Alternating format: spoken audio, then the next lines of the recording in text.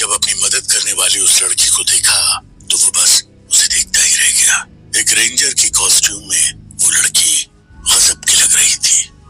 वो जितनी ज्यादा खूबसूरत थी उसमें उतनी ही गजब की फुर्ती थी। वो उतनी ही स्मार्ट थी। उसके पास एक टूल बैग था।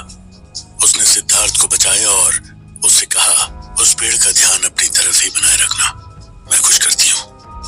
मैं तुमसे मुकाबला करने के लिए तैयार हूँ। तुम जो भी हो अब मेरा सामना करने के लिए तैयार हो जाओ, सिद्धार्थ ने उस पेड़ से कहा। और तभी उस लड़की ने टूल बैग से एक बोतल निकाली और उसमें से पेट्रोल उस पेड़ की जड़ पर छिड़क दिया। इसके बाद उसने बिना देर किए माचिस निकालकर उस पेड़ में आग लगा दी। पेट्रोल की वजह से आग तेजी से बढ़ने लगी और कुछ ही देर बाद वो पेड़ जलकर धीरे धीरे राख होने लगा। इस तरह से उस पेड़ से सिद्धार्थ की जान बच गई। क्या मैं इस पेड़ से मेरी जान बचाने वाली इस बहादुर और खूबसूरत लड़की का नाम जान सकता हूँ? सिद्धार्थ ने उस लड़की से पूछा।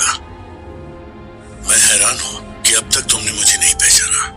मैं तुम्हारी बचपन की दोस्त गौरी, उस लड़की ने कहा। सिद्धार्थ गौरी को देखकर बिल्कुल चौंक गया था। बचपन की दोस्त अब जवान हो चुकी थी। सिद्धार्थ इस बात को नहीं जानता था कि उनके मैनेजर मिस्टर बजाज की बेटी उसके बचपन की फ्रेंड गौरी ही है। जब गौरी को पता चला कि उसके डैडी का एक्सीडेंट हो गया है तो उससे रहा नहीं गया। उसने अपने डैडी के लिए जरूरी मेडिसिन खरीदी और उसने वीरानगढ़ जाने का मन बना लिया। गौरी पहले ही अपने कॉलेज के रिसर्च वर्क के लिए राजस्थान के पुराने महलों के प्रोजेक्ट पर वर्क कर रही थी। इन दिनों वो जयपुर में ही थी। जब उसे पता चला कि वीरानगढ़ का रास्ता बंद है तो उसने बिना देर किए एक बाइक हायर की और वीरानगढ़ की तरफ निकल गई। क्योंकि गौरी एक आर्कियोलॉजी स्टूडेंट थी, उसके लिए वीरानगढ़ की लोकेशन का पता लगाना बड़ी बात नहीं थी। वीरानगढ़ पहुंचने के बाद जब उसे पता चला कि सिद्धार्थ उसे भूता हवेली में उसके पेरेंट्स की खोज में गया हुआ था तो उससे रहा नहीं गया और वो भी वहां चली आई। सिद्धार्थ गौरी से 15 साल बाद मिल रहा था। उसे तो यकीन ही नहीं हो रहा था कि गौरी अभी भी उसके सामने थी। उस डरावनी हवेली में इतनी खूबसूरत लड़की का मिल जाना ये एक खूबसूरत इत्तेफाक ही कहा जा सकता था। सिद्धार्थ को गौरी बहुत पसंद आई। उससे मिलने के बाद वो खुद को उसकी तरफ अट्रैक्ट होने से नहीं रोक पाया। लेकिन एक बात जिसने सिद्धार्थ को बहुत हैरान कर दिया था वो थी कि गौरी को उस पेड़ के बारे में कैसे पता चला और वो उसे बचाने के लिए यहाँ कैसे आ गई। जब उसने गौरी से इस बारे में पूछा तो गौरी ने उसे बताया कि उसने दरवाजे पर संस्कृत में लिखा हुआ सेंटेंस पढ़ लिया था। गौरी से आगे बात करने पर सिद्धार्थ को पता चला कि वो देश के सबसे बड़े आर्कियोलॉजी कॉलेज से आर्कियोलॉजी की पढ़ाई कर रही थी।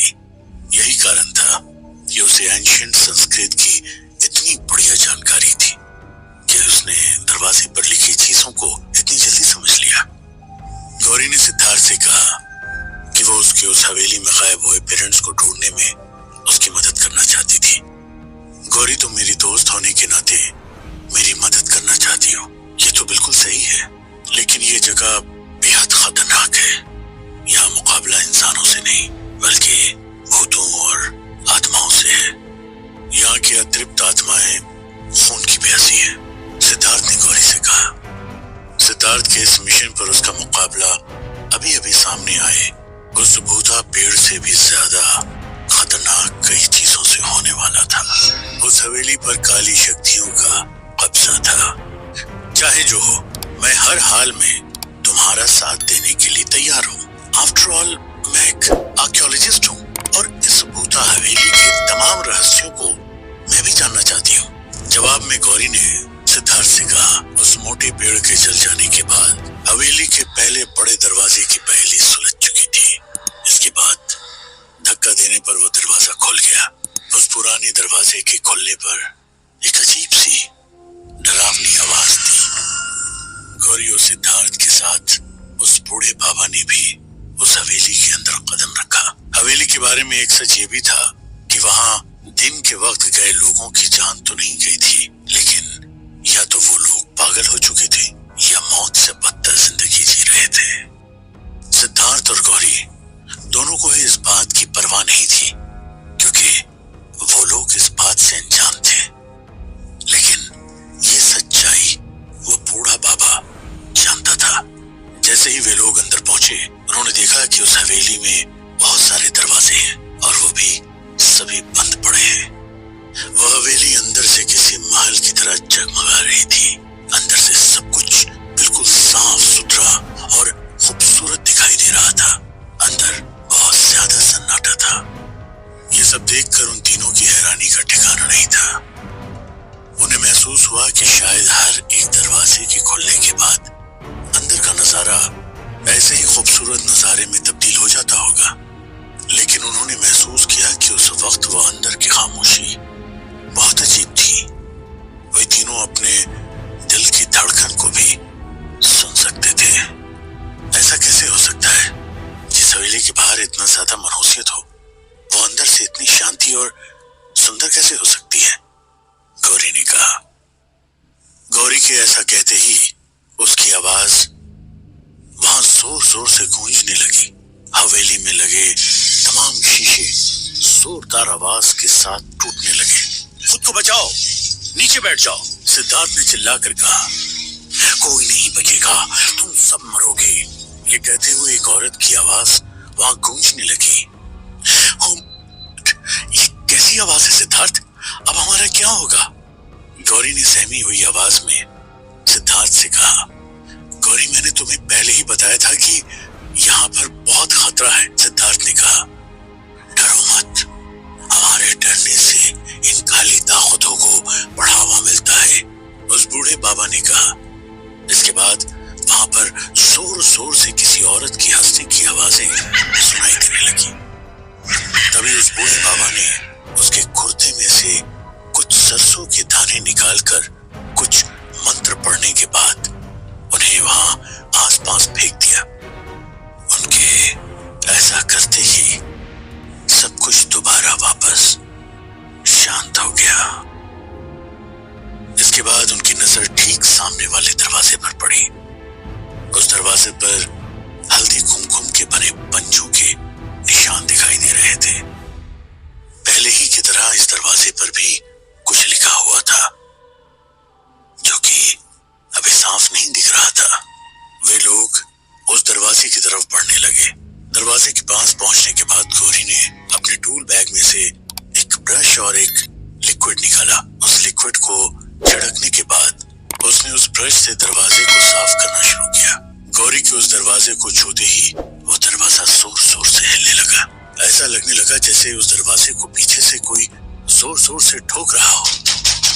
उसके पीछे से एक दर्द भरी चीख सुनाई दी और दरवाजे के पीछे से खून निकलता हुआ दिखाई देने लगा। इसे देखकर उन तीनों ने डरकर अपने कदम पीछे हटा लिए।